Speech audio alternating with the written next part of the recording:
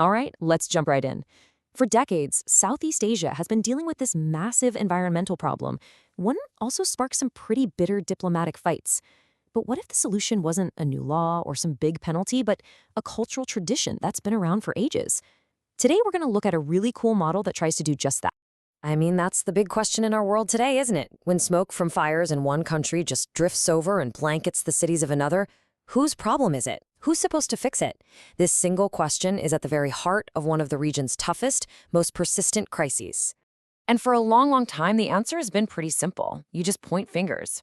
It's this endless cycle of accusations and defenses that, it creates a lot of political heat, but sheds zero light on a solution. It's just this frustrating loop that leaves everyone, literally, choking on the problem.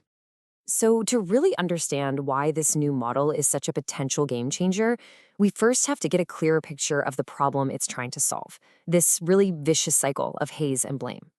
Okay, so here's the pattern, and it happens pretty much every year. You get these huge forest and peatland fires, mostly in Indonesia, and they create this thick, nasty haze. The wind picks it up, and suddenly cities in Singapore and Malaysia are covered in it, causing huge health and economic problems. Now, there is an agreement in place. It's called the ASEAN Agreement on Transboundary Haze Pollution. But honestly, it doesn't have any real teeth. It can't enforce anything. So what happens? The countries getting hit with the smoke publicly criticize Indonesia. Indonesia, in turn, gets defensive about what feels like meddling. The whole process just grinds to a halt, and nothing ever gets solved. So, how on earth do you break that cycle? Well, you have to completely reframe the problem. And that's where this incredibly powerful cultural concept comes into play, the spirit of Gotong Royong. Gotong Royong it's a simple idea, but it's really profound. Just picture a whole village coming together to build a house for a neighbor, or to bring in the harvest. It's a job that's way too big for one family, but if everyone pitches in, it's totally manageable. It's all about shared work and community effort. And right here, this is the light bulb moment. This new approach takes that village spirit and applies it to this huge regional crisis. Suddenly, the haze isn't seen as one country's crime that needs to be punished. Instead, it's reframed as a communal fire. It's a shared danger that's threatening the entire neighborhood. And that means everyone needs to grab a bucket and help put it out. And that, right there, is the real genius of it. This isn't some top-down policy thought up in a boardroom halfway across the world. No.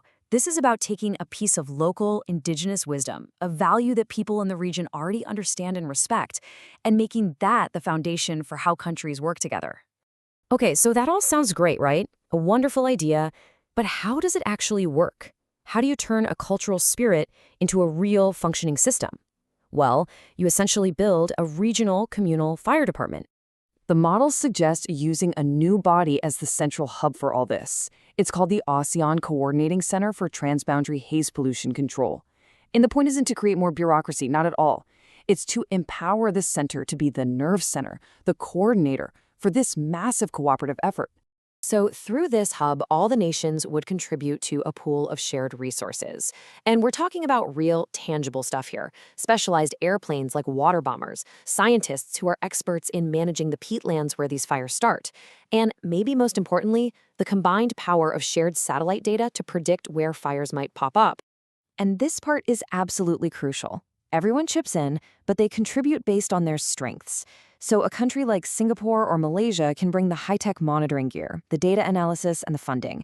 Meanwhile, Indonesia and other nations provide the one thing they can, access to the land itself and the people on the ground who can actually fight the fires.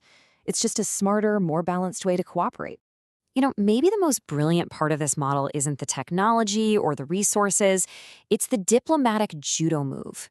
It's about changing the very language, the very feel of cooperation. Let's be real for a second. No country likes being told what to do by another country, especially a neighbor. The Gotong Royong model gets this. It understands that Indonesia, in particular, is very sensitive to anything that even smells like foreign intervention. So by framing all of this assistance as just a neighborly duty, it totally changes the dynamic. I mean, look at the contrast. It's a total 180. The old way was all about the blame game, which just created friction. Any help offered felt like intervention. But the Gotong Royong way? That's about shared responsibility and real cooperation.